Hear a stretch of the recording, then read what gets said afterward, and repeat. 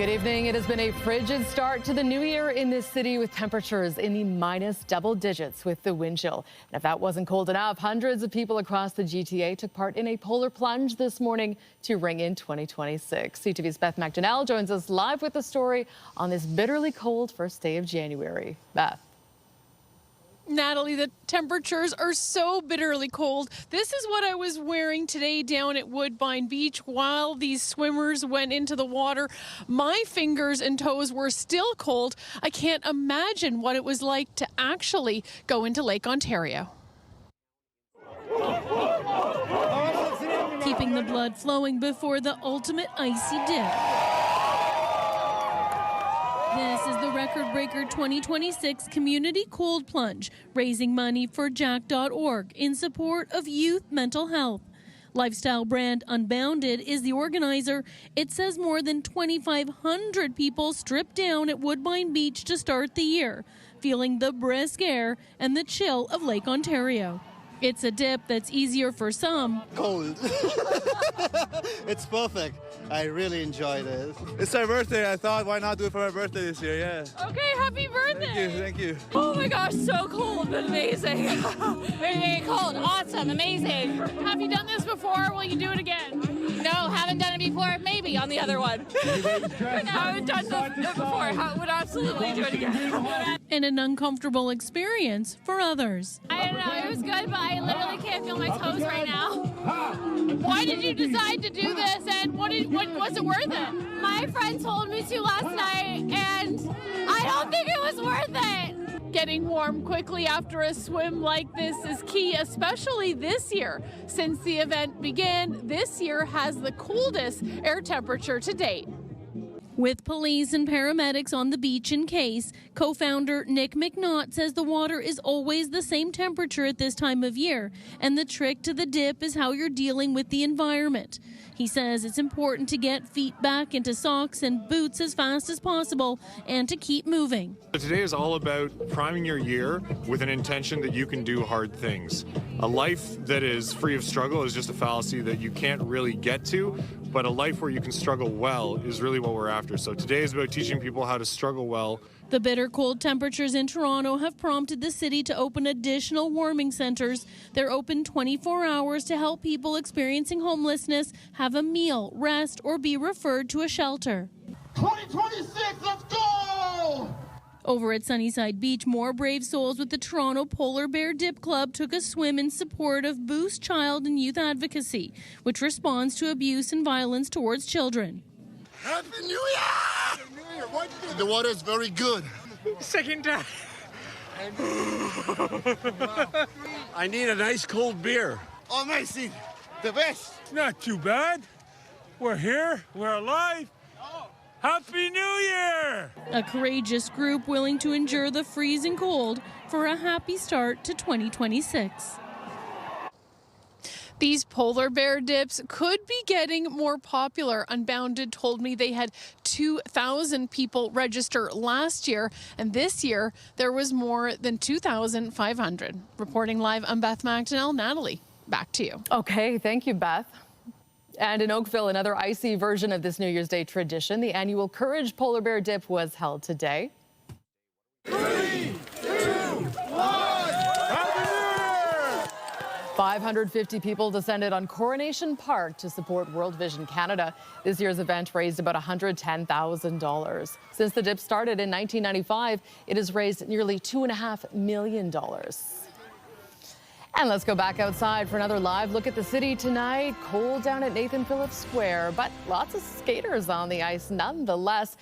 It is not only very chilly, but there are a few flurries expected too. Jessica Smith is here with a look at the current conditions. Jess. I won't be going in any of that water, but you know what? If you're active and you're moving, sometimes it makes the colds a little easier to manage. But it is chilly as we head through our first full day of 2026, still dealing with some wind chill values that are frigid and some lake effect snow. The good news is no watches, warnings, or statements here in the GTA, but we're not escaping some of that wintry weather. And temperature-wise, it is fresh, and we're still looking at that kind of more west-southwesterly wind, still pushing a ton of snow through Godrich, through Barrie, through Owen Sound, Perry Sound.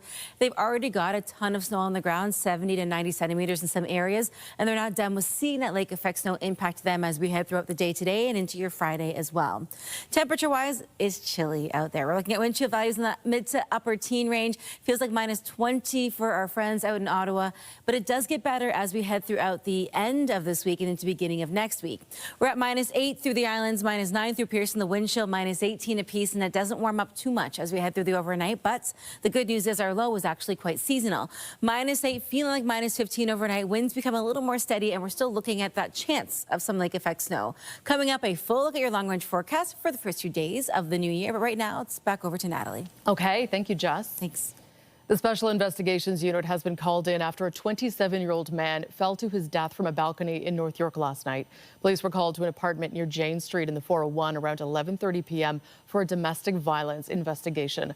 Officers tried to locate and arrest the suspect and eventually found him on the ground outside the building. He was pronounced dead at the scene. The SIU is asking anyone with information to come forward. Police are still searching for a driver in connection with a deadly hit and run in Midtown yesterday. A 70-year-old woman was fatally struck by 2 vehicles while crossing Eglinton east of Yonge around 7:15 a.m. Both vehicles left the scene, but one driver surrendered to police several hours later. 48-year-old Hamid Abdul was arrested and charged with dangerous operation causing death and leaving the scene of an accident causing death. Police have not provided any details about the second vehicle. They are asking anyone with information to come forward. Meanwhile, a 32-year-old woman from Ottawa is dead after being struck by a vehicle on the 401 in Mississauga. It happened shortly after 6 a.m. in the eastbound collector lanes at Dixie Road. OPP have not indicated why the woman was outside of a vehicle in the area. The cause of the incident is still under investigation. Barrie police are investigating after a 10-year-old child was found dead on New Year's Eve. It's absolutely heartbreaking. So it's just everybody's in shock and want to know what's going on. Police were called to a home on Bayview Drive near Little Avenue for a wellness check around 3 p.m. yesterday. When officers arrived, they found the child dead. A 47-year-old woman, who police say is the child's mother, was taken to hospital. Police have not provided any details about the child's cause of death. They say there is no risk to public safety. The start of the new year is bringing in tougher penalties for certain crimes in the province. Anyone convicted of impaired driving causing death will have their license suspended indefinitely. Drivers caught racing on a highway will be fined up to $10,000, have their license suspended for a year, and could face jail time. Convicted car thieves will have their license suspended for 10 years, which increases to 15 years upon a second conviction. The Highway Traffic Act has also been amended to give police the authority to search and seize electronic devices that are intended to be used for vehicle thefts. New rules are in effect to protect Ontarians from deadly carbon monoxide leaks. As of today, carbon monoxide alarms are mandatory on every floor of a home under the Ontario Fire Code. I think people don't understand really the risks that they may have in their homes, right? And so a lot of the times what's happening is if you have fuel burning appliances, then they could potentially be giving off carbon monoxide. And what will happen is, you don't even know, right? Because you can't see it, you can't taste it, you can't smell it. The alarms must be outside every bedroom, but are also mandatory on floors which do not have bedrooms. In multi-unit residential buildings, alarms are also required in every suite and in hallways. Beginning today, Ontario is implementing a province-wide recycling list. The list aims to help clear up what can be recycled as control of blue box programs moves away from municipalities to manufacturers and producers. As of today, more items can be recycled in Ontario, including black plastic, ice cream tubs, toothpaste tubes, and deodorant containers. Meanwhile, more healthcare workers licensed in other provinces can now work in Ontario for up to 6 months while seeking registration. Before today, the as-of-right rules applied to doctors, respiratory therapists, and lab technologists. Now, 16 more professions have been added, including dentists, hygienists, midwives, psychologists, and pharmacists. Well, patients in the Peterborough area have a brand new state-of-the-art healthcare centre to call upon this year. CTV's Pauline Chan has more on the multi-million-dollar interventional radiology suites.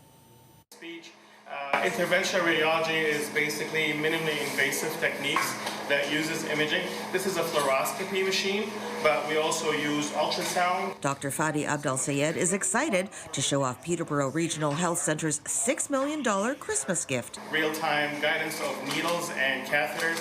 We can unblock blocked arteries, we can stop bleeding, we can treat cancer. We can, in certain types of cancer, we can perform biopsies and place chemotherapy ports.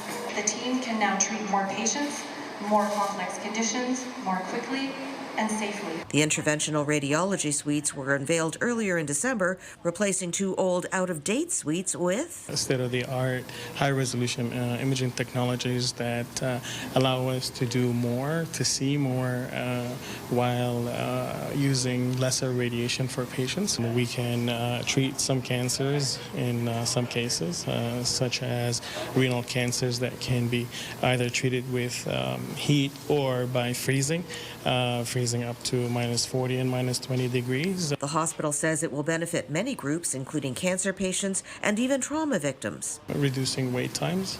We're able to treat more cases under X-ray guidance rather than CT guidance because of how good the new technology is, and so we can reduce the burden on CT scanners. Peterborough is one of the busiest interventional radiology centres in the province, serving a community of 600,000 across the region, including Lindsay, Coburg, and even out to Ajax. The next thing we're looking towards is to be able to construct a hybrid operating room to support the vascular surgery program.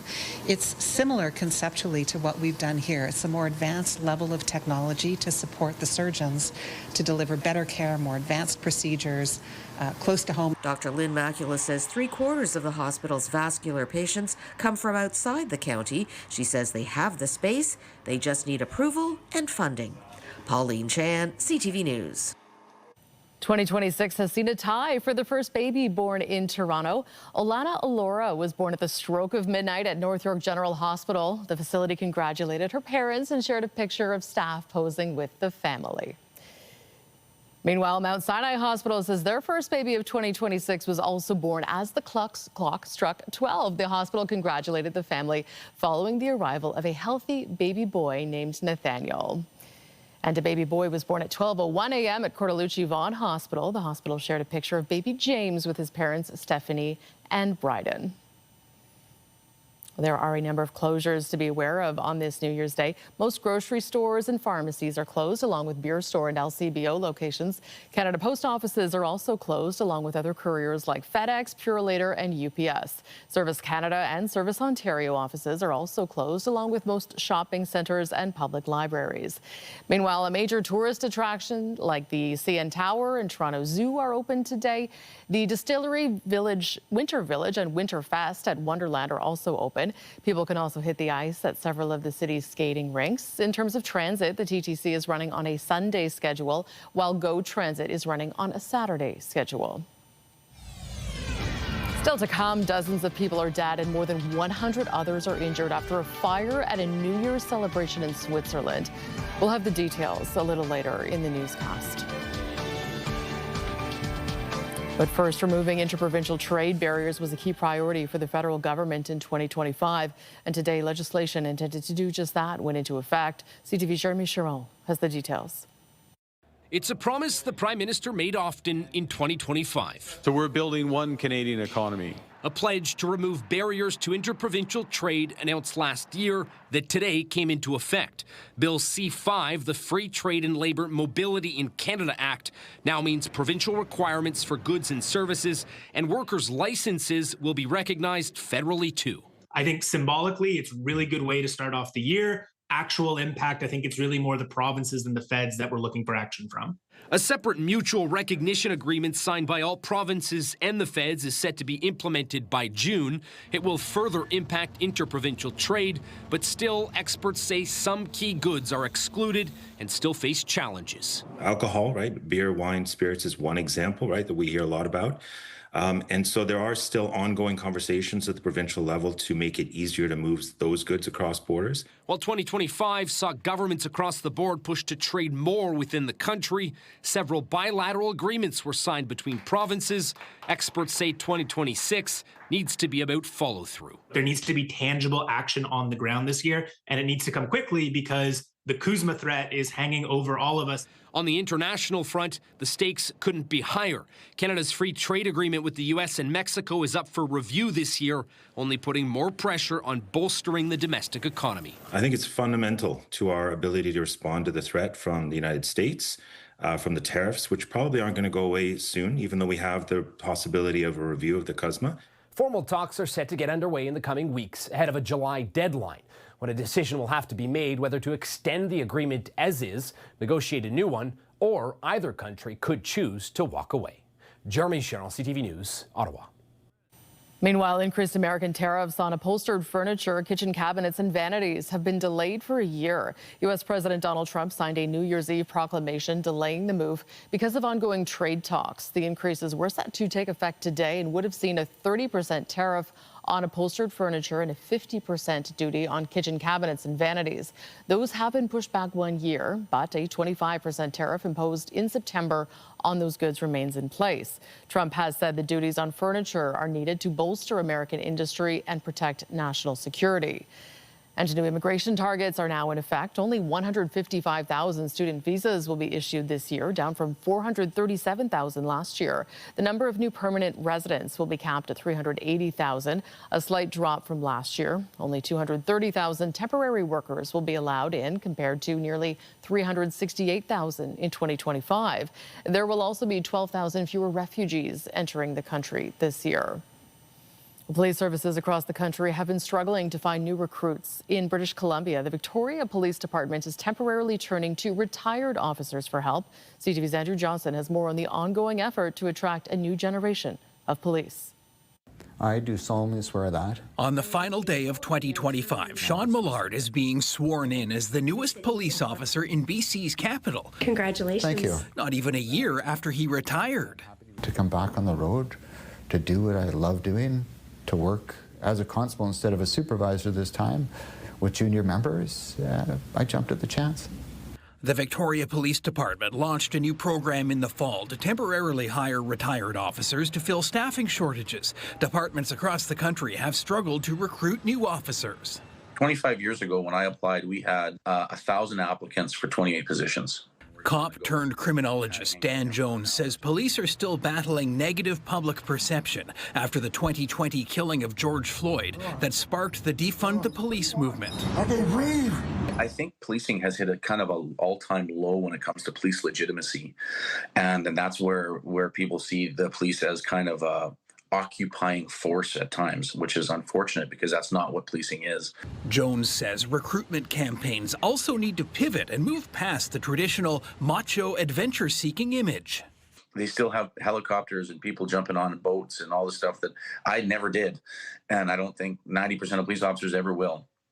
And I think they need to start looking at policing as a helping profession, a compassionate profession. Victoria's chief is on the same page.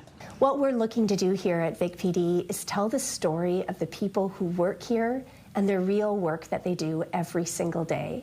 Addressing work-life balance is another challenge as a new generation of officers who prioritize mental health hit the streets. Andrew Johnson, CTV News, Vancouver. In Switzerland, an investigation has begun into a fire at an alpine ski resort that claimed about 40 lives. 115 other people were injured in the early morning tragedy. CTV's Kamal Karamali has the latest. Screams ring out as a fire rips through a bar in the popular ski resort town of Crans, Montana in southwestern Switzerland.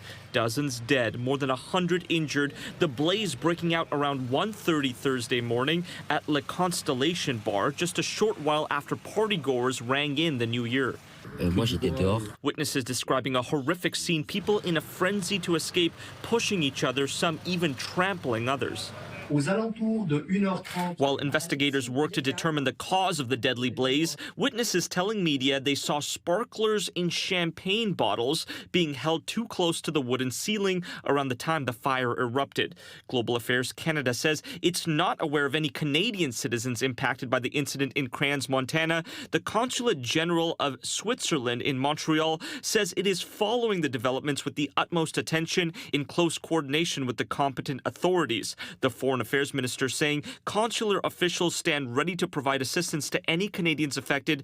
Canada stands with Switzerland during this devastating time, while Swiss Canadians fear the worst in the days to come. With time, that somebody is going to say, oh, I knew somebody that died or that got really badly injured or anything, so it's going to come up the next few days or few weeks. Mourners gathering at the site throughout the day today, what remains of the devastation now surrounded by flowers and candles. And Prime Minister Mark Carney also passing along his condolences, calling it a devastating tragedy and saying his thoughts are with those who lost their lives as authorities continue to try and identify the victims. Kamal Karamali, CTV News, Toronto. At the Vatican, Pope Leo began 2026 with a plea for peace. The pontiff led a New Year's Day Mass in St. Peter's Basilica to mark the World Day of Peace. He spoke in particular of countries bloodied by conflict and families wounded by violence. Last month, the Pope released a message lamenting a global increase in military spending and disapproving of leaders who invoke religious beliefs to justify conflicts or nationalist policies. Today, he also remembered the Holy Year, also known as Jubilee, which will conclude January 6th. King Charles is featured in a new documentary focusing on his longtime environmentalism. He was there at the beginning, saying the truth, and ultimately the world could see that he was right. He upset a lot of people in authority, but His Majesty was speaking for a lot of us who just felt like we want to look at things differently. The program speaks to the sense of determination the monarch feels to protect the planet and create a more sustainable future for the next generation. Finding Harmony, A King's Vision is scheduled to be broadcast on Prime Video in more than 240 countries and territories worldwide early this year. Well, 2025 was a turbulent year for the royal family, featuring everything from health news to family divisions and a controversy over a baseball cap. CTV Janvier Beauchemin takes a look back.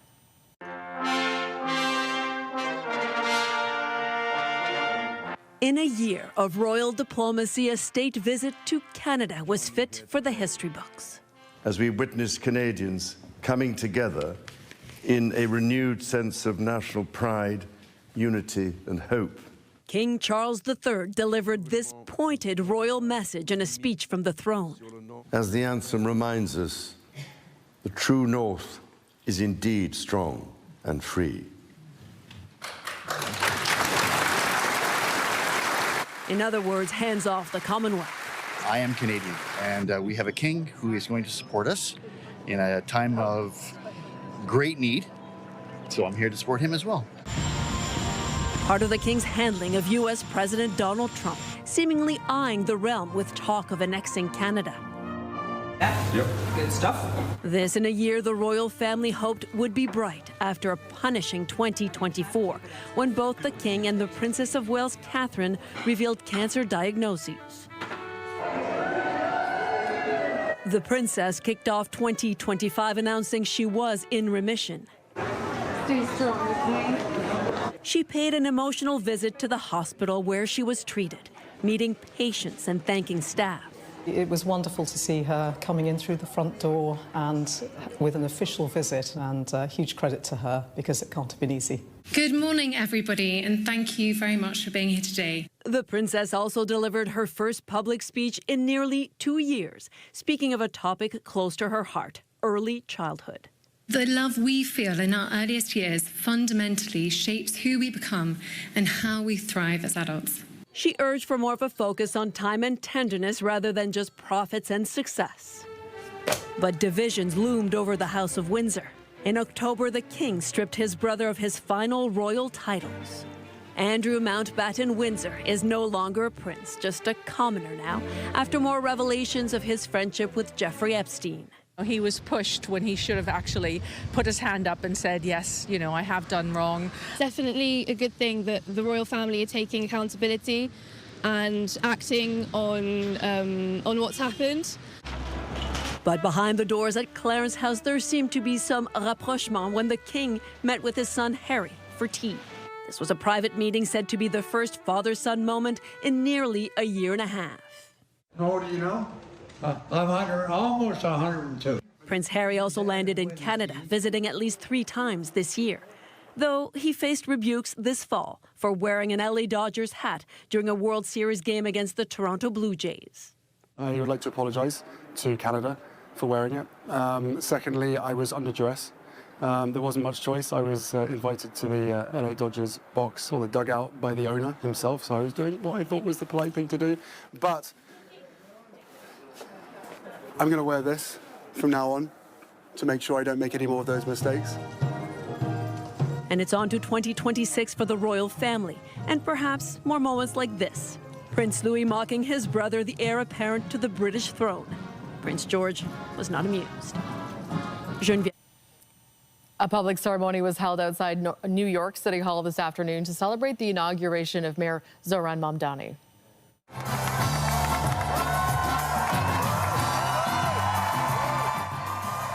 Mamdani was sworn in just after midnight in a smaller private ceremony. Several other city officials also took their oaths of office.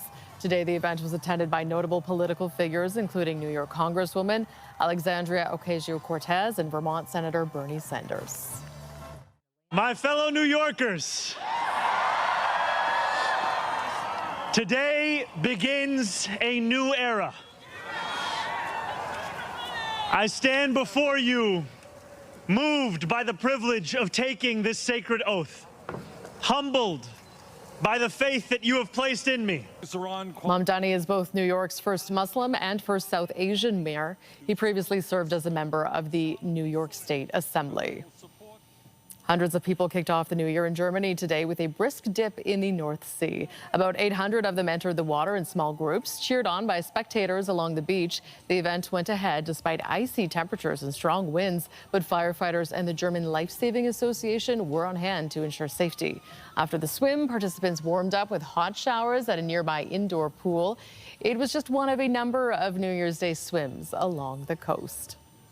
In Italy, a New Year's Day tradition dating back 80 years continued today. 3 men dove into the chilly waters of the Tiber River. The event began in 1945 when a man plunged into the river on January 1st wearing a bathing suit and a top hat to celebrate his birthday. Today, a team of firefighters was there to pluck the divers out of the water as hundreds of people watched the annual event from the bridge and boats.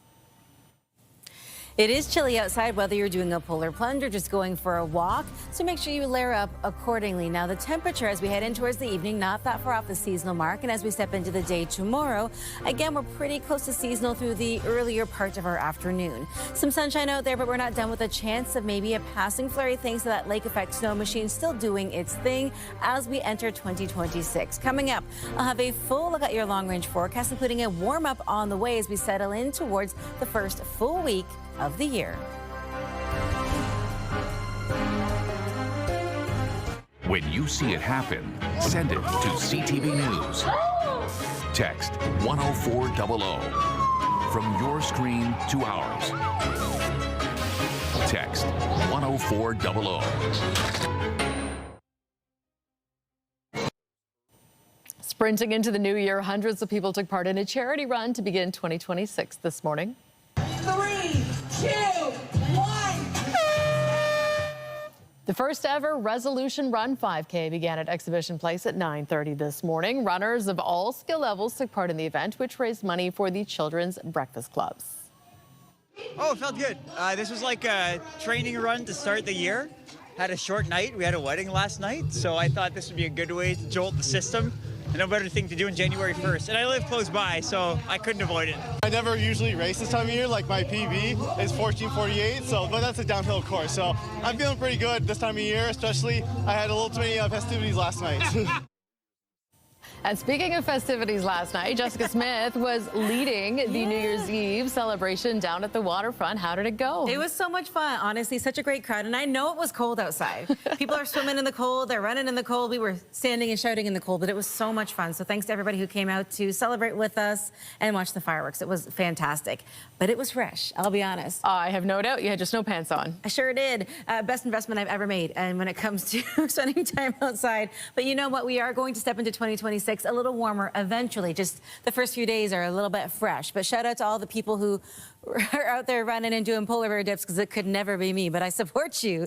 We're at -9 right now here in the city, feeling like -18. It is chilly right across southern portions of Ontario. Northern Ontario, you're definitely cold as well. But as we step in towards the end of next week, we're back on the positive side. So if this bit of a cool down hasn't been your favorite, it does change significantly as we head in towards the first full week of 2026. Temperature-wise this evening, -8, feeling like -15. The wind chills in that mid to upper -10 range. A little cooler still through Bancroft and Parry Sound with that -20 wind chill or lower. So be careful spending extra time outside. Frostbite can happen very quickly. Into the day tomorrow, peaks of sunshine again, -3, feeling like -9. We're not too far off that seasonal mark, but again, you factor in that wind chill and it's a little bit fresh when you step outside.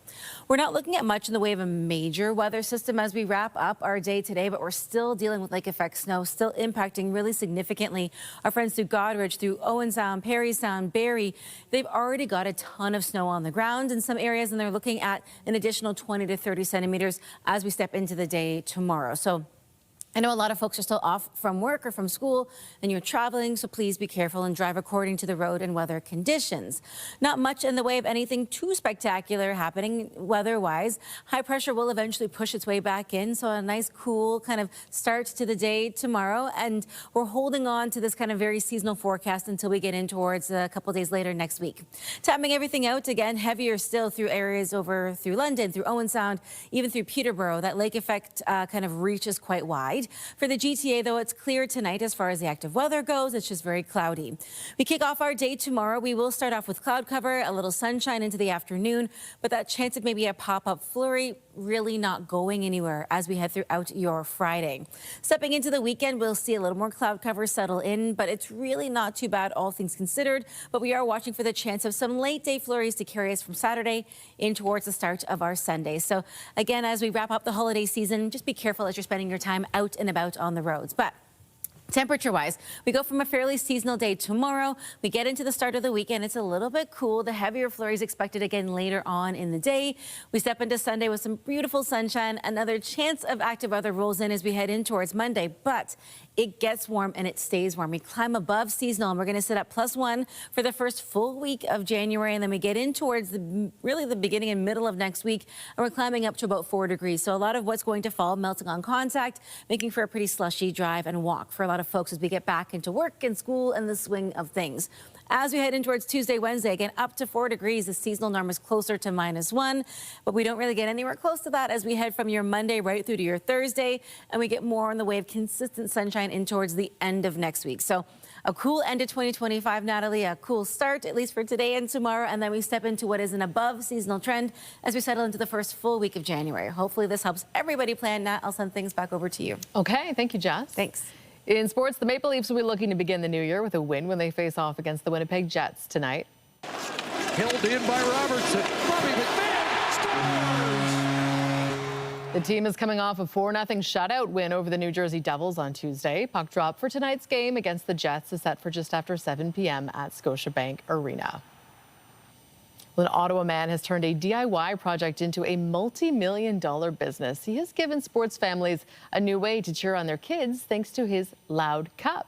CTV's Sean Varden explains. That is a Loud Cup. So we launched in 2021, and last July, I think we hit 1 million Loud Cups sold. And it started during the COVID lockdown, an idea to entertain kids.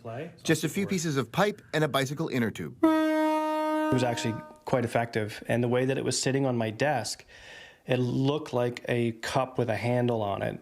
And then for whatever reason, my mind starts wandering. And, I thought, well, that'd be a pretty awesome mashup, a cup that sounds like a horn.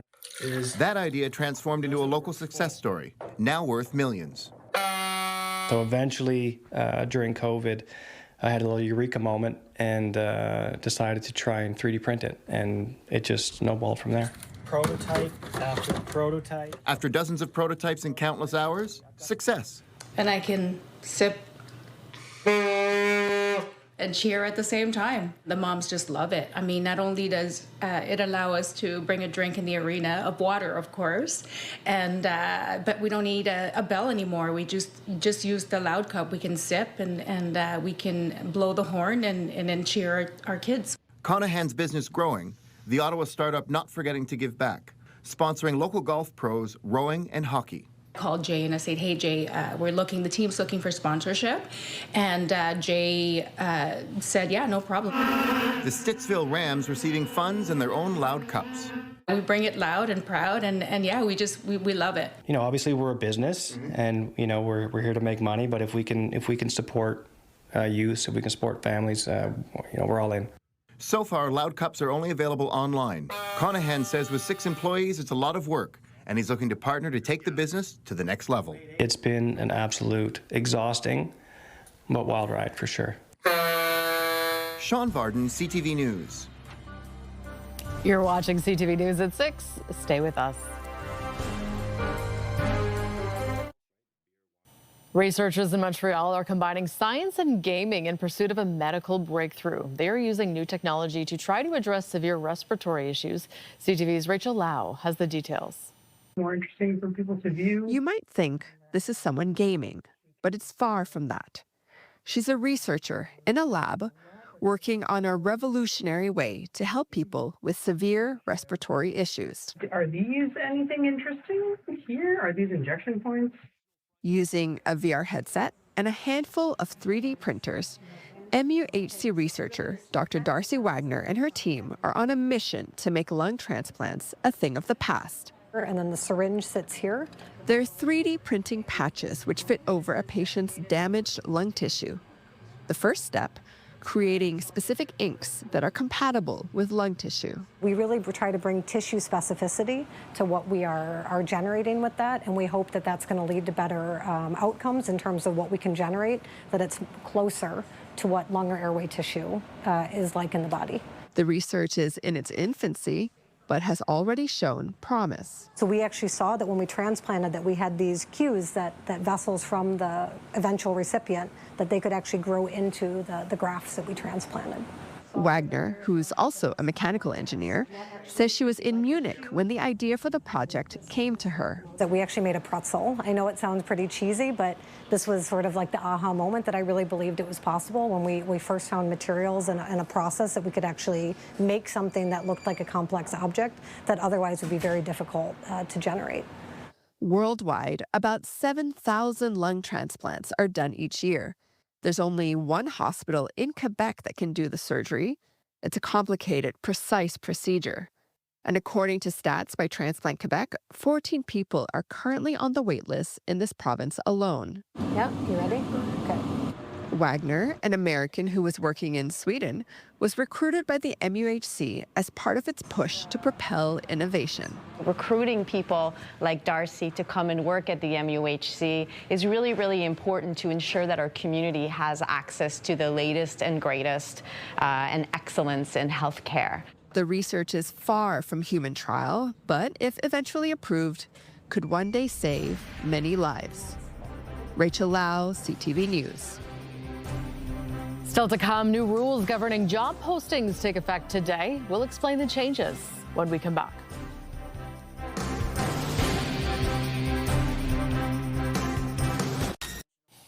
Starting today, employers with 25 or more workers will have to include salary ranges in certain job postings. The new rule applies to jobs that may pay between $50,000 and $200,000 a year.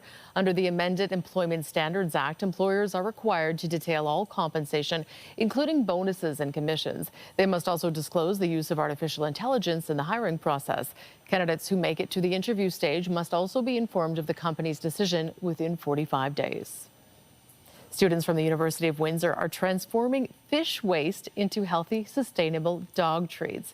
CTV's Stephanie Masati has the details. There's the bones, like the skeleton, obviously, the scales, the remaining fat that they have, like the meat. anything like that, even the eyes we get. Roseanne Hamoud is the bio lead for Project 100% Fish, which uses waste no longer needed by Canada's largest privately owned lake fish company, John O' Foods in Wheatley. Waste that would end up in a landfill. They only really use 60% of it. We take the 40% waste, and that we use 100% of that to make different products. So right now we're really focusing on the dog biscuits. The fish gets thawed out and rinsed under cold water. 2 pounds of it is weighed and placed in a pressure cooker for 45 minutes. It's then grinded into the food processor. Then we add the other ingredients to it, like pumpkin, flour, eggs. Then we lay it out, cut the cookies, bake them, and package them. The process takes 6 hours. We're waiting to make sure it's completely safe. I'm sure it is, but we just want to make sure everything's good and we go through all the correct testing before we give it to any pet. The end result, what's called Erie Eco Bites. Biggest challenge, scalability. The way that we get the fish waste and then getting it to us and then us actually making the product, there's got to be a lot of work to do for us to sell the product at a larger scale. It's a great opportunity for us to combine both Odette business students and biology students here at the Great Lakes Institute to kind of combine and use both their strengths to produce this product and then produce essentially students that have training for the next generation of entrepreneurs. There's also a charitable component to the project. For every dog treat we sell, we want to give back one treat to the Humane Society. Dog treats aren't the only products these University of Windsor students are working on. We're hopefully going to do like a burn cream, so you put it on and it helps the burns heal faster, a collagen powder and a collagen cream as well. Stephanie Mazzotti, CTV News. The Business Report is brought to you by Canadian Western Bank, the bank built for business. The Weeknd is sitting atop the music world in a very important category. He was the highest paid musician of 2025.